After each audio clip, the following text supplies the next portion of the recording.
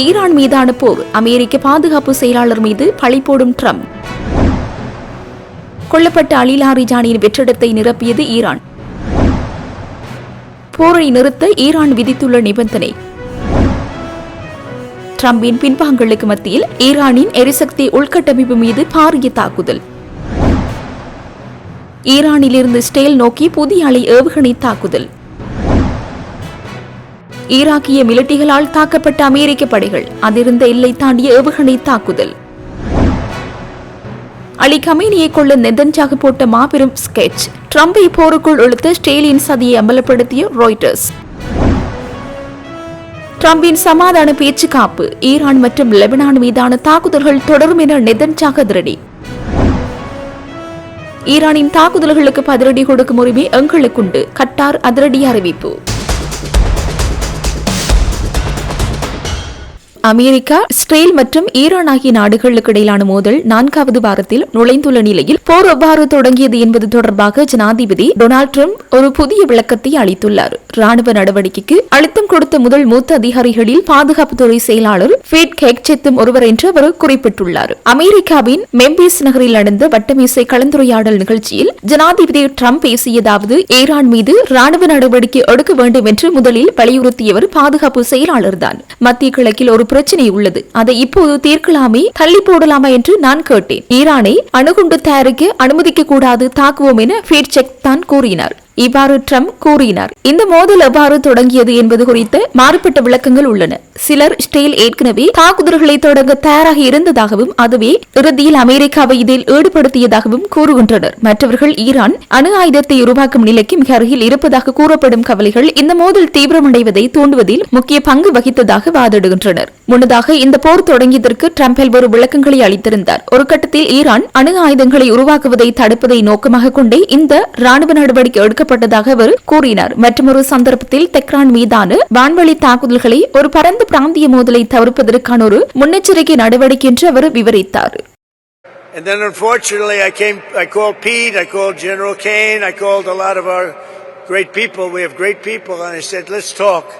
We got a problem in the Middle East. We have a country known as Iran that for 47 years has been just a purveyor of terror, and they're very close to having a nuclear weapon. We can keep going and get that 50,000 up to 55 and 60 is no end, or we can take a stop and make a little journey into the Middle East and eliminate a big problem. And Pete, I think you were the first one to speak up, and you said, let's do it, because you can't let them have a nuclear weapon. So we are now having really good discussions. They started last night, a little bit, the night before that. வான்வழி தாக்குதலில் கொல்லப்பட்ட அலி லாரிஜானிக்கு பதிலாக ஈரானின் புரட்சிகர பாதுகாப்பு படையின் முன்னாள் தளபதி ஒருவர் நாட்டின் உச்ச தேசிய பாதுகாப்பு மன்றத்தின் புதிய செயலாளராக நியமிக்கப்பட்டுள்ளார். முகமது பாகர் சோல்காத்தர் இந்த பதவிக்கு பரிந்துரைக்கப்பட்டுள்ளதாக ஈரானிய அரசு தொலைக்காட்சி செய்தி வெளியிட்டுள்ளது. அவர் ஈரானிய புரட்சிகர பாதுகாப்பு படையில் பிரிகேடியர் ஜெனரல் பதவிக்கு உயர்த்தப்பட்டுள்ளதாக கூறப்படுகின்றது. வான்வழி தாக்குதலில் உயிரிழந்த இதற்கு முன்னர் அப்பதவியை வகித்த அலி லாரிஜானியால் ஏற்பட்ட வெற்றிடத்தை நிரப்புவதற்கு இந்த நியமனம் செய்ய பாதுகாப்பு மன்றம் ஈரானில் தேசிய பாதுகாப்பு மற்றும் வெளியுறவு கொள்கை தொடர்பான மிக உயர்ந்த முடிவெடுக்கும் அமைப்பாக கருதப்படுகின்றது. தங்கள் மீதான அனைத்து தடைகளும் நீக்கப்படும் வரை போர் தொடரும் என்று ஈரான் திட்டவட்டமாக அறிவித்துள்ளது. இது தொடர்பாக ஈரான் உச்ச தலைவரின் ராணுவ ஆலோசகர் மொக்ஷன் ரெசாயி தெரிவிக்கையில், போரில் ஈரானுக்கு ஏற்பட்ட அனைத்து சேதங்களுக்கும் இழப்பீடு வழங்கப்பட்டு எங்கள் மீதான தடைகள் நீக்கப்படும் வரை போர் தொடரும். மேலும் ஈரானின் உள் விவகாரங்களில் அமெரிக்கா தலையிடாது என்பதற்கு சர்வதேச உத்தரவாதங்கள் வழங்கப்பட வேண்டும்.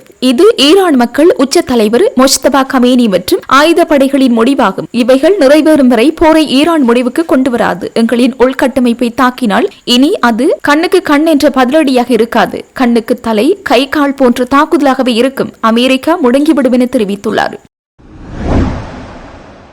எரிசக்தி உள்கட்டமைப்புகள் மீதான தாக்குதல் நடத்தப்படாது என அச்சுறுத்தலிலிருந்து அமெரிக்கா பின்வாங்கிய நிலையில் 2 எரிவாயு நிலையங்கள் தாக்கப்பட்டுள்ளதாக ஈரானிய ஊடகங்கள் செய்தி வெளியிட்டன. அமெரிக்க ஜனாதிபதி டொனால்டு டிரம்ப் பின்வாங்கிய சில மணி நேரங்களுக்கு பிறகு 2 எரிவாயு நிலையங்களையும் ஒரு குழாய் வழிகளையும் அமெரிக்க ஆஸ்திரேலிய தாக்குதல்கள் குறிவைத்துள்ளதாக ஈரானிய ஊடகங்கள் செய்தி வெளியிட்டுள்ளன. ஆஸ்திரேலிய மற்றும் அமெரிக்க எதிரிகளால் நடத்தப்படும் தொடர்ச்சியான தாக்குதல்களின் ஒரு பகுதியாக இஸ்பஹானில் உள்ள காவி தெருவில் அமைந்துள்ள எரிவாயு நிர்வாக கட்டடம் மற்றும் எரிவாயு அழுத்த ஒழுங்குமுறை நிலையம் ஆகியவை குறிவைக்கப்பட்டன என்று குறித்த செய்தி வெளியாகியுள்ளதாக சர்வதேச ஊடகங்கள் செய்தி வெளியிட்டுள்ளன. இதனால் மத்திய ஈரானில் உள்ள குறித்த எரிசக்தி வசதிகள் பகுதியளவு சேதமடைந்துள்ளன என்றும் செய்தியில் விவரிக்கப்பட்டுள்ளது.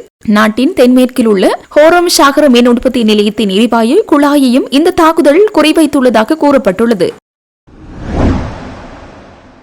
ஈரானின் இஸ்லாமிய புரட்சிகர காவல்படை இஸ்ரேலை நோக்கி மீண்டும் புதிய அலை பொலிஸ்டிக் ஏவுகணைகளை ஏவியுள்ளது. இது ஆபரேஷன் டோப்ரமேஷ் 4 என்ற பெயரில் நடத்தப்படும் தொடர் பதிலடி தாக்குதலின் ஒரு பகுதியாகும். இந்நிலையில் இஸ்ரேலிய ராணுவம் இந்த ஏவுகணை அலையை உறுதிப்படுத்தியுள்ளது. ஈரானிய ஊடகங்கள் தெரிவிக்கும் தகவலின்படி இஸ்ரேலின் முக்கிய நகரங்களை இலக்கு வைத்து பல அலைகளாக ஏவுகணைகள் ஏவப்பட்டுள்ளன. சில ஏவுகணைகளில் கிளஸ்டர் வெடிமருந்துகள் பயன்படுத்தப்பட்டதாக தெரிவிக்கப்படுகின்றது. இஸ்ரேலின் அயர்ன் டோம், டேவிட் சிலிங் போன்ற வான் பாதுகாப்பு அமைப்புகள் பெரும்பாலான ஏவுகணைகளை வானிலையை இடைமறித்து சுட்டு வீழ்த்தியதாக தெரிவித்துள்ளன. எனினும் சில ஏவுகணைகளின் துண்டுகள் தெற்கு இஸ்ரேலில் விழுந்து வீடுகள் சேதமடைந்துள்ளன. இந்நிலையில் டிமோனா அணு ஆராய்ச்சி மையம் அருகில் அநேகமானோர் பலத்த காயங்களுக்கு உள்ளாகியுள்ளதாக தெரிவிக்கப்படுகின்றது. ஈரான் இந்த தாக்குதலை இஸ்ரேல் மற்றும் அமெரிக்கா தனது அணு மற்றும் எரிசக்தி தளங்கள் மீது நடத்திய தாக்குதலுக்கு பதிலடியாகவே நடத்துவதாக கூறுகின்றது. IRGC அறிக்கையில் இஸ்ரேலிய மற்றும் அமெரிக்க தளங்கள் முழுமையாக கண்காணிப்பில் உள்ளன என்று எச்சரிக்கை விடுக்கப்பட்டுள்ளது.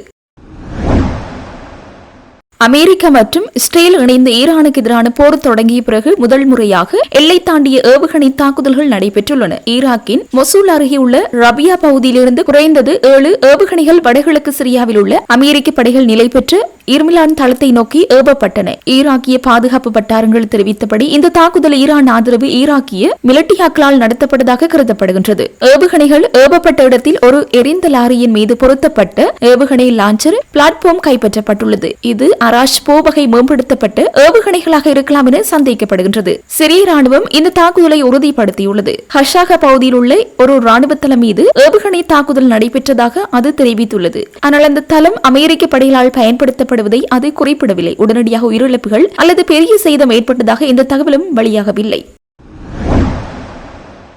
கடந்த பிப்ரவரி 28ஆம் தேதி அமெரிக்கா மற்றும் இஸ்ரேல் இணைந்து ஈரான் மீது தொடங்கிய ஆபரேஷன் எபிக் ஃபியூரி என்ற பாரிய ராணுவ நடவடிக்கைக்கு பின்னால் உள்ள அதிர்ச்சியூட்டும் உண்மைகளை சர்வதேச செய்தி நிறுவனமான ராய்ட்டர்ஸ் தற்போது அம்பலப்படுத்தியுள்ளது. ஈரானிய அதி உயர் தலைவர் அலி ஹமேனியை கொள்வதற்காக இஸ்ரேலிய பிரதமர் நெதன்யாகு அமெரிக்க அதிபர் டிரம்பை எவ்வாறு சம்மதிக்க வைத்தார் என்ற ரகசியங்கள் வெளியாகியுள்ளன. 48 மணி நேரத்திற்கு முந்தைய தொலைபேசி அழைப்பு தாக்குதல் தொடங்குவதற்கு 48 மணி நேரங்களுக்கு முன்னர் நெதன்யாகு நேரடியாக டிரம்புடன் தொலைபேசியில் உரையாடியுள்ளார். ஈரானிய அதி உயர் தலைவர் அயதுல்லா அலி ஹமேனி மற்றும் அவரது முக்கிய தளபதிகள் தெஹ்ரானில் உள்ள அவரது மாளிகையில் ரகசியமாக சந்திக்க உள்ள தகவல் உளவுத்துறை ஊடாக இரு தலைவர்களுக்கும் கிடைத்துள்ளது. ஆரம்பத்தில் சனிக்கிழமை இரவு நடைபெறவிருந்த இந்த சந்திப்பு சனிக்கிழமை காலைக்கு மாற்றப்பட்டதை அடுத்து இந்த தலைமையை அளிக்கும் தாக்குதலை உடனடியாக முன்னெடுக்க வேண்டும் என்று நெதன்யாகு டிரம்பை வலியுறுத்தியுள்ளார். பழிவாங்கும் படலம் மற்றும் டிரம்பின் ஒப்புதல். 2024ஆம் ஆண்டு டிரம்ப் ஜனாதிபதி வேட்பாளராக இருந்தபோது அவரை படுகொலை செய்ய ஈரான் திட்டமிட்டிருந்ததாக அமெரிக்க நீதித்துறை குற்றம் சாட்டியிருந்தது. உங்களை கொல்ல நினைத்த கமேனியை பழிவாங்க இதைவிட ஒரு சிறந்த சந்தர்ப்பம் கிடைக்காது என நெதன்யாகு டிரம்பின் தனிப்பட்ட கோபத்தை தூண்டியுள்ளார். இதனை அமெரிக்க பாதுகாப்பு செயலாளர் பீட் ஹெக்செத் உறுதிப்படுத்தும் வகையில் டிரம்பை கொள்ள ஈரான் முயன்ற போது ஆனால் டிரம்ப் இறுதியில் சிரித்தார் என குறிப்பிட்டுள்ளார். தவறான உளவுத்துறை கணிப்பு மாபெரும் தோல்வியும். கமேனியை கொன்றால் 1979 முதல் ஈரானை ஆட்சி செய்யும் மதவாத அரசாங்கத்திற்கு எதிராக மக்கள் வீதியில் இறங்கி போராடுவார்கள் எனவும் டிரம்ப் வரலாற்றில் இடம் பிடிப்பார் எனவும் நெதன்யாகு மூளைச்சலவை செய்துள்ளார். ஆனால் அமெரிக்க உளவுத்துறையான CIA இதனை முன்கூட்டியே நிராகரித்திருந்தது.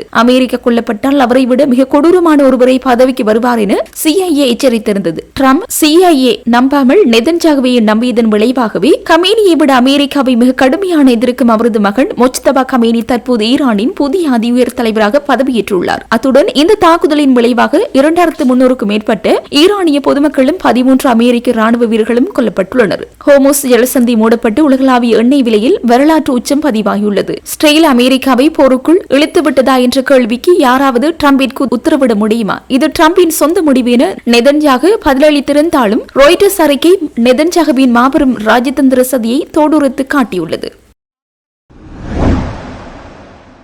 அமெரிக்க அதிபர் டொனால்ட் ட்ரம்ப் ஈரானுடனான தாக்குதல்களை 5 நாட்களுக்கு ஒத்திவைப்பதாக அறிவித்திருந்த போதிலும் இஸ்ரேல் தனது ராணுவ நடவடிக்கைகளை எவ்விதத்திலும் நிறுத்தப் போவதில்லை என இஸ்ரேலிய பிரதமர் பெஞ்சமின் நெதன்யாகு திட்டவட்டமாக அறிவித்துள்ளார். ட்ரம்புடன் தொலைபேசி உரையாடல். அமெரிக்கா ஒரு போர் நிறுத்தத்தை கருத்தில் கொண்டுள்ள நிலையில் நெதன்யாகு காணொலி ஒன்றினூடாக தனது கடுமையான நிலைப்பாட்டை வெளியிட்டுள்ளார். அமெரிக்க அதிபர் ட்ரம்புடன் தான் தொலைபேசியில் உரையாடியதாக தெரிவித்த நெதன்யாகு போர்க்களத்தில் இஸ்ரேலிய மற்றும் அமெரிக்க படைகள் அமைந்துள்ள மாபெரும் வெற்றிகளை பயன்படுத்தி போரின் நோக்கங்களை அடைவதற்கான ஒரு ஒப்பந்தத்திற்கு வர ஒரு வாய்ப்பு இருப்பதாக ட்ரம்ப் என்னிடம் தெரிவித்தார் என குறிப்பிட்டார். தொடரும் தாக்குதல்களும் மாபெரும் எச்சரிக்கையும். எனினும் அமெரிக்காவின் இந்த ராஜதந்திர நகர்வுகளுக்கு இஸ்ரேல் அடிபணிய போவதில்லை என்பதை நெதன்யாகு தனது உரையில் பகிரங்கப்படுத்தியுள்ளார். அதே நேரத்தில் ஈரான் மற்றும் லெபனான் ஆகிய இரு நாடுகளிலும் எமது தாக்குதல்களை நாம் தொடர்ந்து முன்னெடுப்போம் என அவர் திட்டவட்டமாக அறிவித்தார். மேலும் ஈரானிய மற்றும் ஹிஸ்புல்லா படைகளுக்கு மாபெரும் எச்சரிக்கை விடுக்கும் வகையில் இன்னும் நிறைய வரப்போகிறது. எவ்விதமான சூழ்நிலையிலும் எமது முக்கியமான நலன்களை நாம் பாதுகாப்போம் என நெதன்யாகு சூளுரைத்துள்ளார். இஸ்ரேலின் இந்த அறிவிப்பானது ட்ரம்பின் 5 நாள் போர் நிறுத்தம் என்பது வெறும் கண்துடைப்பு நாடகம் என்பதையும் மத்திய கிழக்கில் அழிவுகள் தொடரும் என்பதையும் சர்வதேச சமூகத்திற்கு உறுதிப்படுத்தியுள்ளது. கட்டாரை நோக்கி கடந்த வியாழக்கிழமை முதல் ஈரானிடமிருந்து ஏவுகணைகளோ அல்லது ட்ரோன் தாக்குதல்களோ வரவில்லை என்றாலும் நிலைமை இன்னும் புயலின் மையப்பகுதியில் இருப்பதாக கட்டார் வெளியுறவு செய்தி தொடர்பாளர் அல் அன்சாரி எச்சரித்துள்ளார். கட்டாரை இலக்கு வைத்து கடந்த சில நாட்களாக நேரடி தாக்குதல்கள் ஏதும் நடைபெறவில்லை என்றாலும் பிராந்தியத்தில் நிலவும் பதற்றம் இன்னும் தணியவில்லை என்று அல் அன்சாரி தெரிவித்துள்ளார். வளைகுடா பகுதியில் உள்ள அண்டை நாடுகள் மீது ஈரான் தொடர்ந்து தாக்குதல்களை நடத்தி வருவதை சுட்டிக்காட்டியவர் பொதுமக்களின் உள்கட்டமைப்புகள் மீது நடத்தப்படும் எந்த ஒரு தாக்குதலையும் கட்டார் வன்மையாக கண்டிப்பதாக கூறினார். கடந்த காலங்களில் தான் உரையாற்றி முடித்த சில நிமிடங்களிலேயே தாக்குதல்களில் நடந்த கசப்பான அனுபவங்களையும் அவர் நினைவு கூர்ந்தார். இதுவரை கட்டாரை நோக்கி ஏவப்பட்ட 200க்கும் மேற்பட்ட ட்ரோன் தாக்குதல்களில் 90% அதிகமானவை இடைமறைத்து அளிக்கப்பட்டுள்ளதாக அவர் உறுதிப்படுத்தினார். கட்டார் தற்போது தற்காப்பு நிலையிலேயே இருப்பதாகவும் தங்களை தற்காத்துக் கொள்ளவும் இந்த தாக்குதல்களுக்கு பதிலடி கொடுக்கவும் தங்களுக்கு முழு உரிமை உண்டு என்றும் அவர் தெளிவுபடுத்தினார். இருப்பினும் ஈரானுக்கு எதிராக பதிலடி கொடுப்பது குறித்து இதுவரை எந்த ஒரு இறுதி முடிவும் எடுக்கப்படவில்லை என்றும் நிலைமையை